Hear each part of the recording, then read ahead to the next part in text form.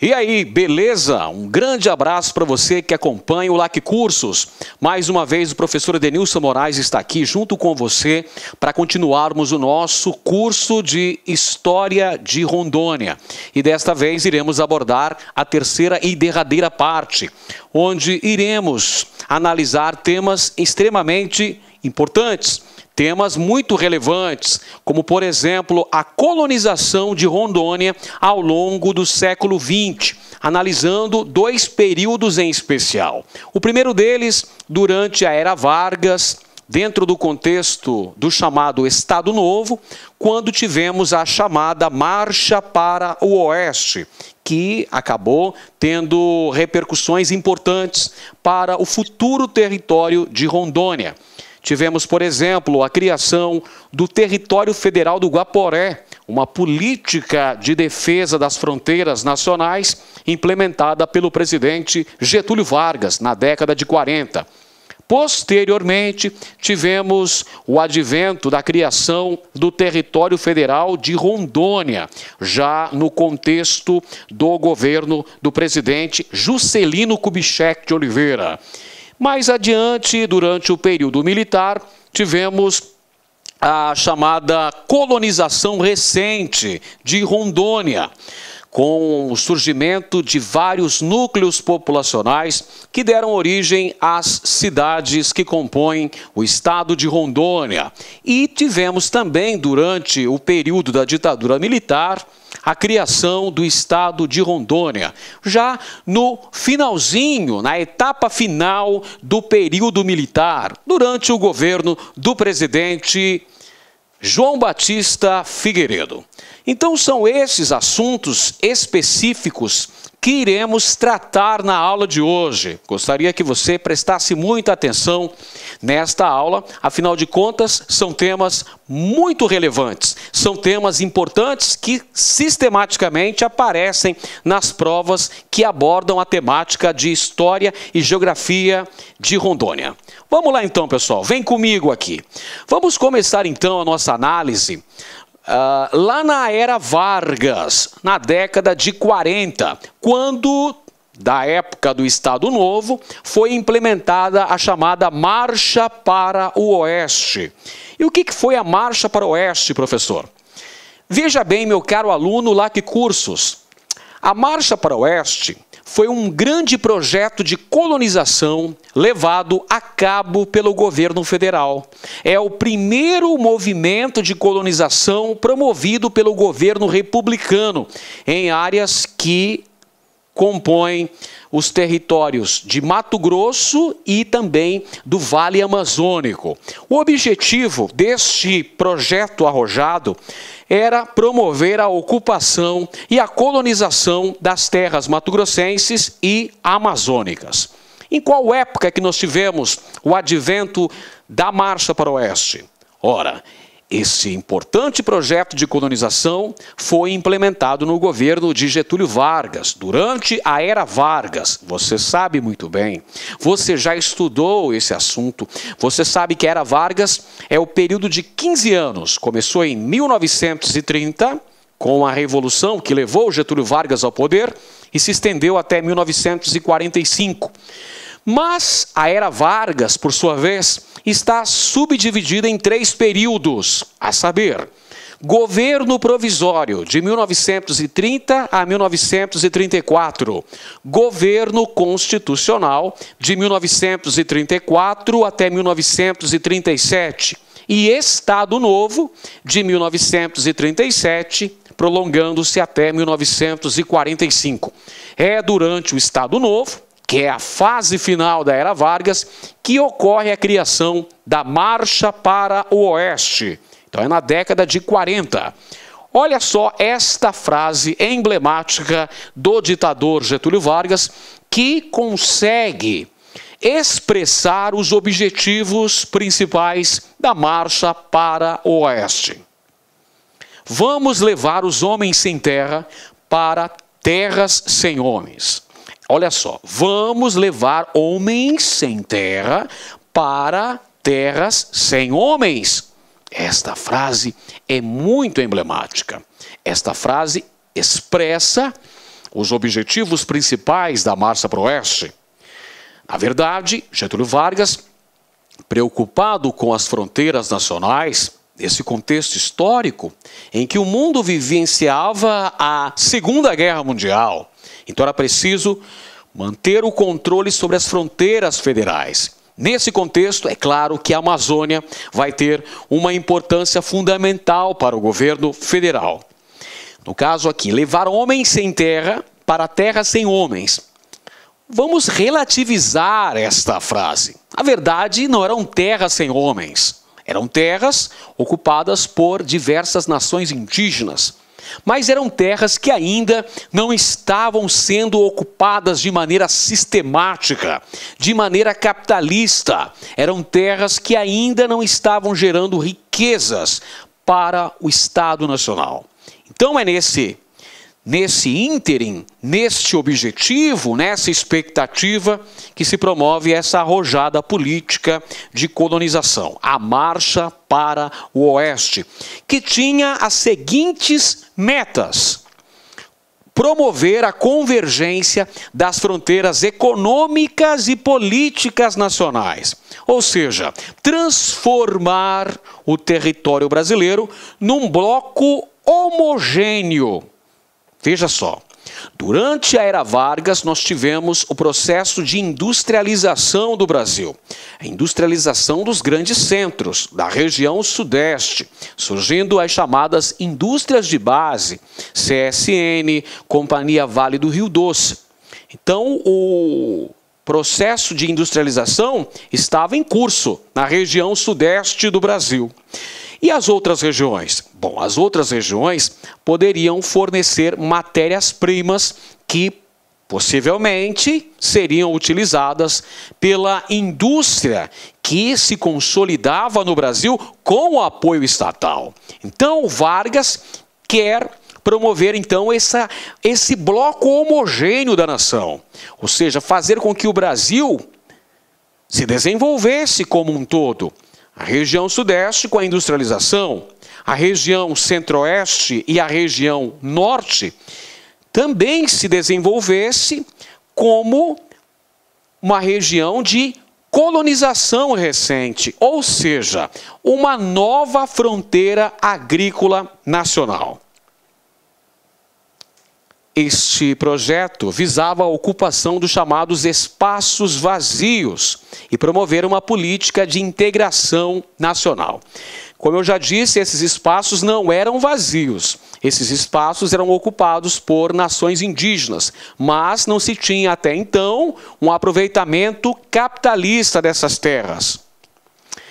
Portanto, nós podemos dizer que Vargas tinha o objetivo de não apenas ocupar essas regiões, trazendo colonos para surgirem novos núcleos de povoamento e colonização, mas também desafogar os problemas agrários que outras regiões do Brasil viviam, sobretudo a região sul, com uma grande concentração de terras, com uma grande marginalização social. Então, visava-se, digamos que, matar dois coelhos com uma só cajadada. Diminuía os conflitos agrários na região sul e promovia o povoamento e a colonização das regiões centro-oeste e norte do Brasil. Olha aqui o objetivo, meus amigos. A criação de colônias agrícolas federais. É o que eu acabei de dizer para você agora há pouco na nossa aula. Um dos objetivos da Marcha para o Oeste era a criação de uma nova fronteira agrícola dentro do Brasil. Olha aqui, produção de alimentos que pudessem abastecer os grandes centros da região sudeste do Brasil, abastecimento desses grandes centros e fornecimento de matérias-primas. Afinal, o Brasil estava consolidando o seu processo de industrialização com um apoio irrestrito do Estado, com a criação das indústrias de base. Então, olha aqui, a Marcha para o Oeste atingindo e atendendo os objetivos da política nacional varguista. Nesse contexto da era Vargas, mais precisamente do Estado Novo, Vargas visitou vários pontos do Brasil, várias cidades, várias capitais brasileiras receberam a visita do presidente Vargas. Ele foi a Goiás, ele foi a Mato Grosso, visitando a capital de Mato Grosso, Cuiabá. É o primeiro presidente da República que visitou a capital mato-grossense. Ele visitou também a capital do Amazonas, Manaus. E quando visitou a capital do Amazonas, foi convidado para conhecer também a cidade de Porto Velho. Você que acompanhou nossas aulas verificou que Porto Velho surgiu da construção da estrada de ferro Madeira-Mamoré. Eram os pontos da ferrovia, eram Porto Velho e Guajará-Mirim. Guajará-Mirim, que fazia parte do estado de Mato Grosso. E Porto Velho, por sua vez, fazia parte do estado do Amazonas. Então, Vargas, no ano de 1940, visitou a cidade de Porto Velho, então cidade do estado do Amazonas. E aí o Vargas vai ter a ideia de, posteriormente, criar um território federal nessa região. Entre as principais consequências da marcha para o oeste, nós podemos mencionar a criação de 2 territórios federais. Foram criados 2 territórios federais dentro do território que fazia parte do então estado de Mato Grosso. Foi criado então o território federal de Ponta Porã, na porção sul, fronteira com o Paraguai, e foi criado também o território federal do Guaporé, na fronteira mais a oeste, fronteira com a Bolívia. 2 territórios federais criados então no chamado estado de Mato Grosso, o então estado de Mato Grosso, um na porção sul, fronteira com o Paraguai, o território federal de Ponta Porã, e outro, como eu disse, na porção oeste, o território federal do Guaporé. Quais são os motivos que levaram o governo Vargas, durante o Estado Novo, criar territórios federais? Você vai ver daqui a pouquinho que são vários territórios federais criados com essa política, levando em consideração questões políticas e questões estratégicas, questões militares. É por isso que surgem esses territórios federais. Não podemos esquecer também, meus amigos, que é nessa época que vai acontecer, que vai ocorrer o chamado segundo ciclo da borracha. Tema este que nós já estudamos em aulas anteriores, mas que vamos abordar novamente, porque é um tema muito relevante. Um tema também que aparece bastante nas provas. Então você tem que ficar antenado para na hora da avaliação, na hora do seu exame, você conseguir gabaritar, com certeza, porque está tendo uma grande preparação aqui no LAC Cursos. Vamos então conferir este segundo ciclo da borracha. Você se lembra muito bem que nós tivemos 2 ciclos importantes da extração do látex na região amazônica. O primeiro deles foi entre o final do século XIX e o começo do século XX, primeiro ciclo da borracha, quando acontece a ocupação da região amazônica, a mão de obra majoritariamente nordestina, que passa a extrair o látex de forma bastante rudimentar, com técnicas bem primitivas, há uma grande exploração da mão de obra, ou seja, dos seringueiros. Esses seringueiros, por sua vez, acabam adentrando ao território que então pertencia à Bolívia, o Acre, e lá vão extrair látex, entrando em litígio com as autoridades bolivianas e os interesses capitalistas norte-americanos e ingleses, do Bolivian Syndicate. Essa situação, a chamada questão do Acre, só é resolvida através da ação diplomática. Você se lembra muito bem do Barão do Rio Branco, que foi o grande artífice da política externa brasileira, um dos maiores nomes das relações exteriores do Brasil em todos os tempos.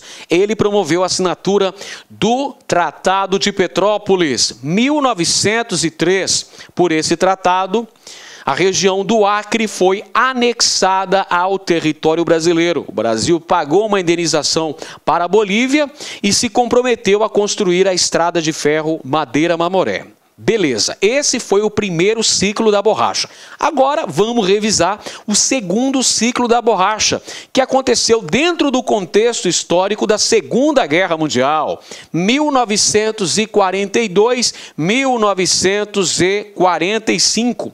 Bem, durante a Segunda Guerra Mundial você teve dois grandes blocos beligerantes. De um lado os aliados, Inglaterra, França, União Soviética, Estados Unidos. E de outro estavam os países do eixo, Alemanha, Itália, Japão.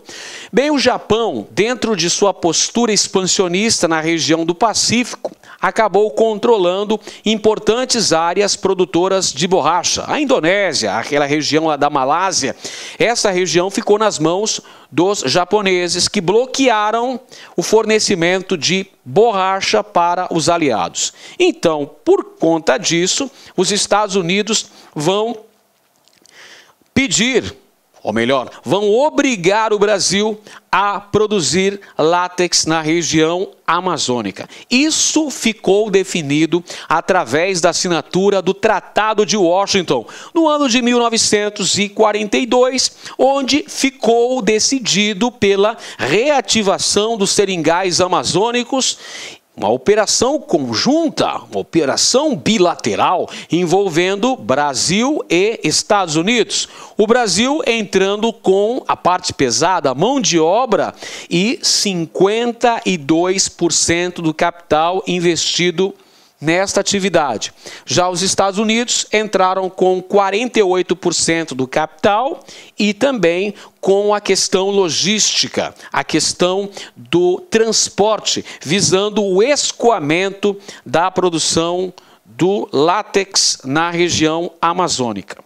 Nessa época, então, foi estabelecido um alistamento compulsório, ou seja, meus queridos, uma convocação de trabalhadores que pudessem ser enviados para os seringais amazônicos. Como você pode perceber, alistamento compulsório, ou seja, obrigatório. Grande número de pessoas são conduzidos ou são conduzidas para esses seringais, beleza? Quem eram essas pessoas? Majoritariamente eram nordestinos. Em 1943, o governo federal do Brasil criou o Serviço Especial de Mobilização de Trabalhadores para a Amazônia. A sigla é SENTA. Esse serviço de mobilização de trabalhadores visava arregimentar a mão de obra que seria enviada para a Amazônia para os duros trabalhos da extração do látex. São 55 mil nordestinos, são 55 mil trabalhadores doravante chamados de soldados da borracha. Por que soldados da borracha? Por causa do contexto histórico que aconteceu esse segundo ciclo de exploração do látex na região amazônica. É o contexto da Segunda Guerra Mundial. Então aí o governo vai promover um alistamento forçado, um alistamento compulsório, obrigatório, lá na região Nordeste. Ou você vai para os campos de batalha na Itália, servir com a FEB, a Força Expedicionária Brasileira, ou então, meu querido, você vai para a Amazônia promover a extração do látex. Então, milhares de pessoas, milhares de nordestinos, a esmagadora maioria, pessoas que viviam em condições extremamente difíceis na região Nordeste. Vamos lembrar que boa parte dessa região, a região interior do Nordeste, castigado pela seca, num momento de concentração fundiária muito grande e tendo também uma grande exploração da mão de obra. Muitos nordestinos, então cerca de 55 mil deles, vão para a região amazônica e vão trabalhar na extração do látex. E veja só o resultado disso tudo. Além do fornecimento de látex, que foi de importância vital para os países aliados durante a Segunda Guerra Mundial, nós tivemos aí nesse contexto do segundo ciclo da borracha, 20 mil mortos, cerca de 20 mil trabalhadores nordestinos, nesta etapa da produção da borracha, acabaram perdendo a vida em razão de muitas epidemias e em razão dos constantes acidentes de trabalho. Resultado muito importante. Então, o soldado da borracha teve uma atuação fundamental dentro da história do Brasil. Sem dúvida alguma, foi de importância vital para que os aliados tivessem o fornecimento deste produto de importância estratégica. Mais borracha para a vitória. Olha só a campanha publicitária promovida pelo Estado Novo para arregimentar trabalhadores que pudessem ser enviados para os campos, aliás, para as matas nativas de seringueiras, para produzirem, para extraírem o látex que seria utilizado na produção da borracha. Veja esse outro cartaz. Cada um no seu lugar. Brasil para a vitória. Então você tem aparecendo aqui o soldado da borracha na região amazônica, coletando o precioso látex, e os membros da Força Expedicionária Brasileira, a FEB, que foram enviados para a Europa para combaterem as forças do eixo lá na Itália. Muito bem. Nessa época aí do Estado Novo, nós tivemos a criação do Território Federal do Guaporé. Esta criação se deu no dia 13 de setembro de 1943, através do Decreto-Lei número 5.812. Quem é que assinou esse decreto? O presidente da República à época, Getúlio Vargas. Lembremos-nos que a criação do Território Federal do Guaporé aconteceu dentro de um contexto de ditadura no Brasil.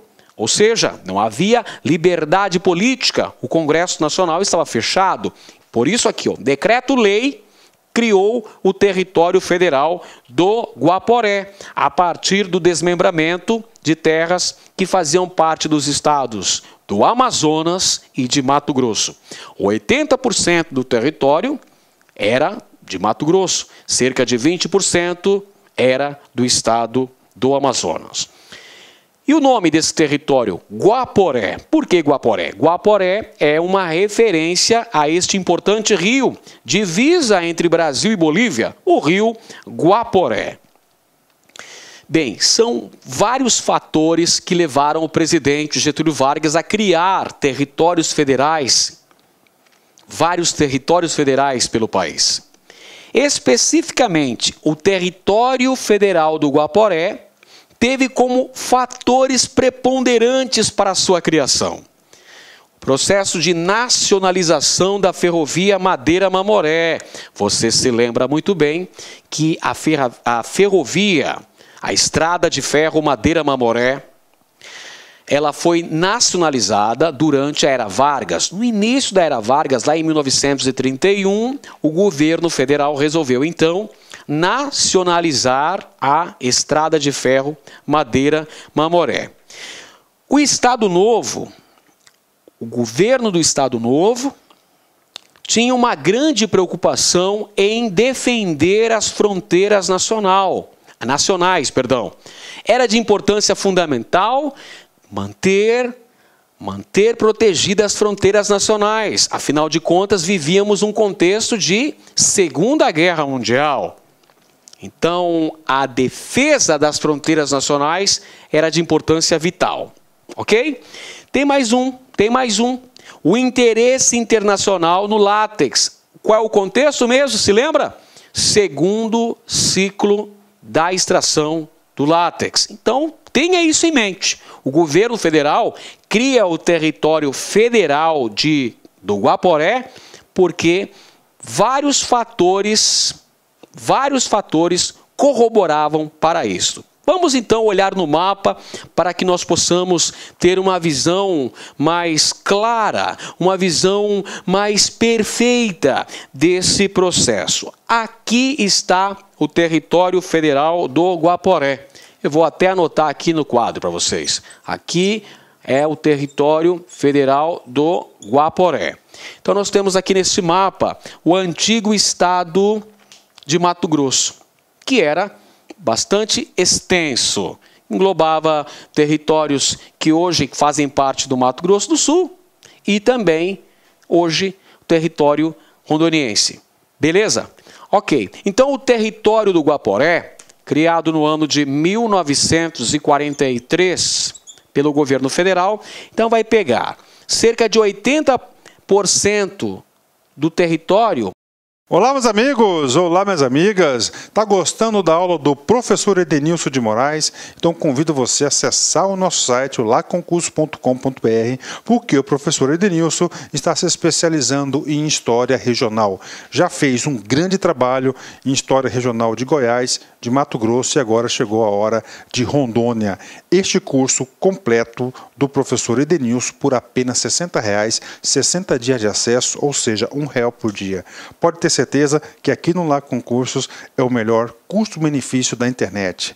Tá certo, meus amigos? O convite está feito aí. Espero vocês. Forte abraço. Tchau, tchau.